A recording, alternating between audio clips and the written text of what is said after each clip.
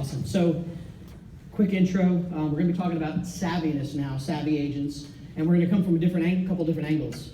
Come from agents who are doing savvy things, and then brokers who have savvy agents doing certain things. Let's just talk about first who you are, where you come from. Quick intro. Say hi. I'm Inez Garcia with EWM Realty International. I am the managing broker for the Weston office. I worked as an agent for several years and was personally very involved with social media, a blog, and all the good stuff. All the good stuff. Jeff, hi. I'm Oscar Teran. I work with Avance Way, and my main markets are Coconut Grove and Coral Gables. Lori. I am Lori Weston Davis. I am the broker owner of a Better Homes and Gardens franchise in Pinehurst, North Carolina. I'm also the owner of Girls. Hello. The Geeky Girls, and have been involved in technology and social media pretty heavily for many years with the industry. All right, so if you don't mind, let me start with Oscar on this one. We heard a couple different people, this room and the broker room, talking about you got to know your data, you got to know your data, you got to know your data. One of the biggest things you like to talk about is knowing your data. Break that down for me as to how you use it in a savvy world. How are you delivering it? What data are you using? So I'm sitting here going, is it on my listing presentation? Is it in a flyer? Is it a newsletter? How do you use data? Well, I think you gotta love the data. I mean, it's Where do you get it It's to? what it wins the game. The beauty about the data is that it's free. I mean, we work in an industry that the data is right there. We actually have so much data that the trick is how to break it down and present it to your clients so it makes sense for them. No wonder they go to Zillow. I mean, they have it right there, and they see the house. They can see how much they're gonna pay in mortgage, how many properties have closed in the last month, how many listings are active in that area, what are the best schools. I mean, they have it very easy. So what I have implemented, me and my team, we analyze the data every month. MLS data we talking about? You have to be hyper local. I mean, depends on what markets you're targeting. But if you're gonna target, for example, Coconut Grove, you need to know how many listings are there today, how many closed sales were in November. Sorry, well, November, I'm gonna know it tomorrow, but how many closed sales were in October? What's the obviously the average price per square foot of closed sale, and also what's the average per square foot of what it's active right now. And you need to put it in a very simple, nice, marketing-friendly way. And that's where you use technology. How are you gonna get it to there? That's probably the question that everybody's asking. Not only are you gonna send it by mail, and you're gonna put the 5 things that you need to know about your market in October. You're also gonna put it in Facebook ads. You're also gonna have landing page like one of the previous speakers were doing. You need to put it everywhere. You need to have it in your card. You need to, really, you need to mail it to everyone that you know, but make it very simple and nice for them to read it. And be constant, because I think technology and our business in general. We can do amazing 1 month, but if you're not constant, if we're not become creatures of habit, no matter what you do it every month, every week, every hour, you're gonna succeed. You just gotta pick one target and focus on it. All right, so you deliver it probably by like e-newsletters and stuff like that. Right, I mean, I try to put it everywhere, especially with, I always do 5 things that you need to know about your market with the targets that I'm working, and I put it in Facebook, Instagram, I mail it to everybody, I also email it to all my Say that one more time though, 5 things you need to know about your 5 market. things you need to know about your market in October. All right, hold on one second. Tomorrow, I have right there, the first item on my list is analyze the data for November. I mean, tomorrow is December 1st, so I have to close November, and I have to send it, over the weekend to everybody. That's a good lead capture question right there. So what if you had that free report and had a landing page set up? Yeah. 5 things you need to know about your market, capture name, phone number, email address, click, deliver them a PDF of their market. That's a really good idea. Good, deliver data. Good. Thank you, glad you thought of that. Because I'm thinking that's exactly how I would ask a question to capture a lead. 5 things you need to know about your data. So Now you gotta give me credits, when you go all over the nation. That's why we collaborate together. So Inez, talk to me about, we talked about doing direct mail stuff, which some of your agents are doing direct mail pieces. And some people are out there talking, mail's dead and stuff like that. Is there a strategy some of your agents have leveraging direct mail, and does it tie into their social media? What do they tie it to? Okay, the way that we have seen working better for agents who integrate their printed and their digital strategy is first by having a very clear branding message. You want to make sure that in every platform they find you, they get a consistent image of you as an agent and what do you bring to the table. And you use your printed marketing to get to the people that don't know you already and that are not already in your databases, but you use that also to promote your let's say, community Facebook page. It has worked for people very well that they are not only doing the printed, the Google ads or the Facebook ads or whatever it is, but also their Facebook community pages. So when you said branded too, meaning making it look exactly like all the other, so the postcard branding looks like my Facebook branding, looks like my website branding, so they're not getting a different message? In a way, that's the objective. It's in the past, our picture used to be our brand. Now, as you have all seen, our brand is evolving from the picture to the logo and from your image. So what you want is that from wherever angle someone finds you, they get a consistent message. Consistent message, which I think I find a lot of people fragment. I've seen people where they have, their website looks like this. I've seen a picture of their sign with their face. It's a whole different color and image, and it's not consistent because the number one rule of marketing is seeing things 6, 7, 8 times at a time, multiple. So it imprints in the consumer mind. And the other thing is to make sure that you really have a strategy on your social media, that you need to decide what message, what do you want to be known for, and make sure that everything you post, pretty much as my friend Inez was saying, that you when you get that,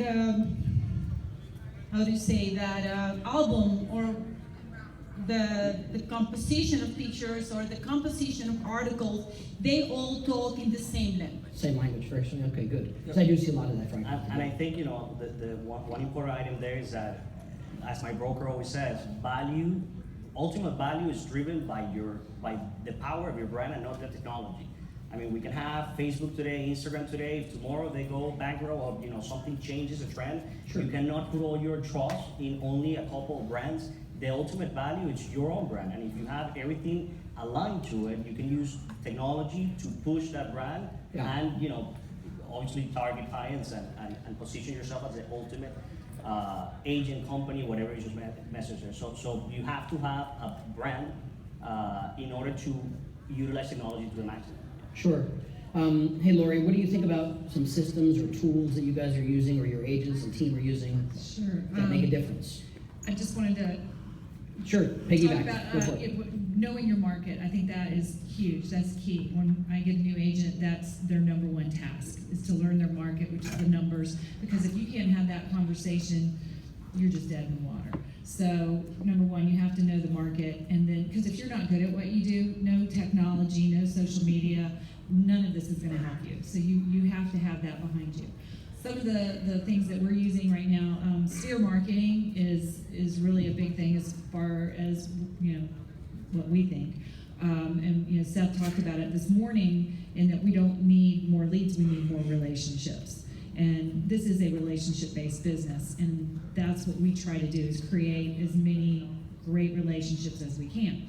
So first we're going to start with our sphere, because we already have some sort of relationship with them. So we use sphere marketing. One of the tools we use, AdWorks. AdWorks, yeah. So they have a tool that we can actually create ads, the little ads that you see that kind of pop up everywhere you are on the internet.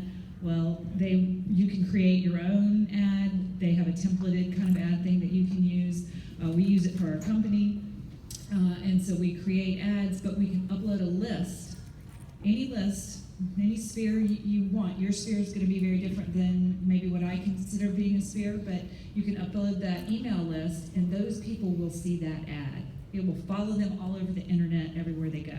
So they're going to see your face, your company brand, whatever it is that you created, and it's just that's that constant Reminder. We call it, we beat them to death with a Q-tip.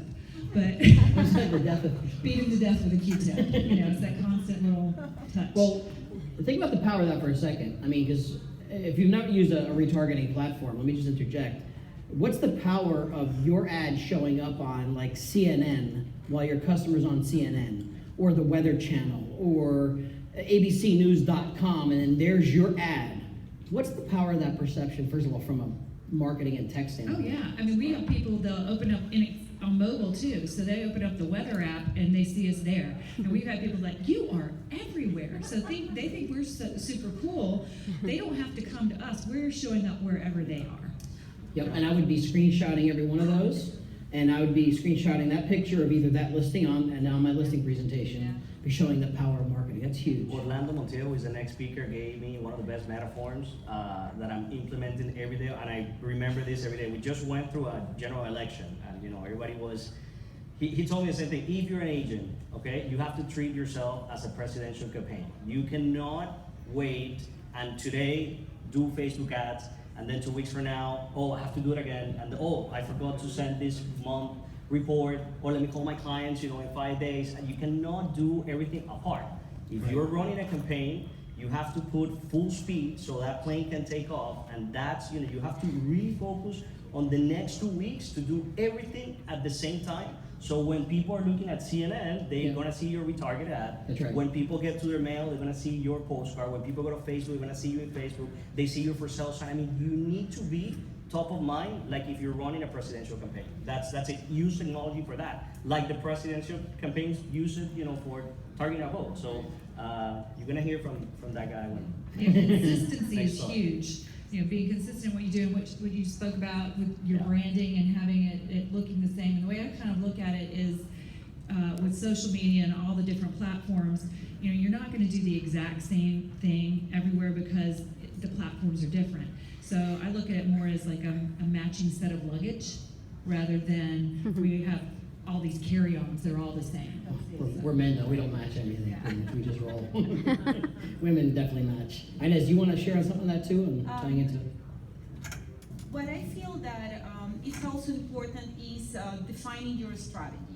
You may want to be like a person who handles hundreds of leads through one of these systems like GoodRadar or any of those, or I think it's a different strategy when you want to be starting with a more relational kind of style. And someone who's going to be buying a $5 million property may not be happy having to put an email just to get more information. Right. So it's very important to define who your customer is. You have heard this 10 times or 100 times already today, and talk to that client in their language. So it's not a same thing for everyone. Sure. And make that technology, whatever you use, on the go. I mean, we're agents, we're every day in the streets targeting clients. Whatever you use in technology, make sure you're gonna have it access, no matter where you are. Make sure that you have your laptop and you know how to connect Wi-Fi so you can send that contract from your car, or if you have a virtual assistant. I mean, anything that you do, you need to have it on the go as well, because otherwise, you're not gonna be constant and you're gonna have to wait till you get home at 9 p.m. and start upgrading. So on the go, it's key. Well, tell me about because I know we're running out of time, real quick, your listing presentation. You leverage some video and stuff in there too. What do you do on your listing stuff with tech?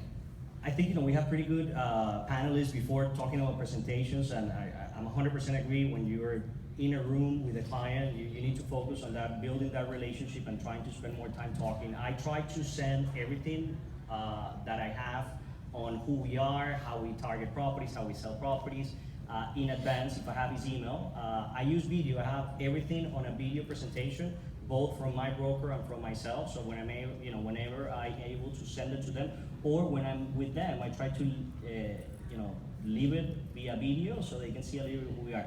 One thing that I have done in video that I'm very, very proud and I really push every day, and I think it's something that, talking about technology and how to win the business, we talk a lot about profits and how to get clients, but we don't talk most of the times about social responsibility.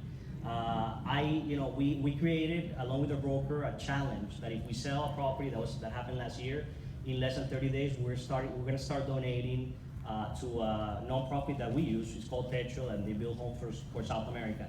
That started as a one challenge and converted to, we innovate that to all of our agents. We have 400 agents in our company now. Every agent has a chance, whenever they close a purchase, they can donate, either $1, $100 to any nonprofit of their choice. What I did is that I took that, I made videos, I actually traveled with my family to South America, built the homes, and I pledged, and this is something that my clients know from day one, whenever I sell a property, I'm gonna carve those profits on my end. I'm gonna go to this nonprofit. So that it's a nice way of how do you implement social responsibility using technology, because you do a very nice video. Obviously, you have to care about what you're donating, and that resembles beautiful to the clients because they are really feel that their sale, their property, or their purchase, it's adding value to whatever nonprofit it's of your choice. So, Thank you. yeah. And just because we're unfortunately out of time, I want one quick last blurb. What's your most productive technology tool or system, real quick, like 10 seconds. One of the things we've been doing recently is using a thing called Flipped, and it produces a lot of seller leads. Awesome. Check it out. Good. One best piece of flipped, spell flipped? FLIPT. T. Flips. Got it. Yep, flipped. I get it. I'm old fashioned. I think, show and assist. I'm impressed how Show and many people assist. do not use it. I use it, when as a listing agent all the time. You get a lot of information from there. Show and And assist. just being very good at Excel and know how to transform all that data into potential leads. Into pretty stuff. Yeah. Showing assist. Showing assist. it's free. It's a free tool on the MLS that we all have. Yeah. You I know. probably won't believe this. It's a complete silo profile with sales that support the area you are trying to target or the listing you are trying to get. Your client will go to Silo and they want to make sure that they find someone that knows the area and that has the recommendations, that has the video on the properties that will get you up in Silo rankings. So having a good Silo profile is super important, super easy, and doesn't cost you anything. And let me just clarify, if you haven't looked at your Zillow reviews, there's regular reviews and there's local reviews. That your local reviews are for your local town and location. If you say you're an expert and you have no local reviews, you're gonna get burnt. So, good point to that. So check out your local reviews on Zillow as well. And your past sales. Your past sales. A lot of agents take credit for other people's sales. So Right. every time you close, make sure you get this You get credit for credit your for it. own sales. Awesome. Thank you guys so much for your time. Appreciate you all. Give them a big round, guys. Come on. Thank you so much. Appreciate it. Thank you.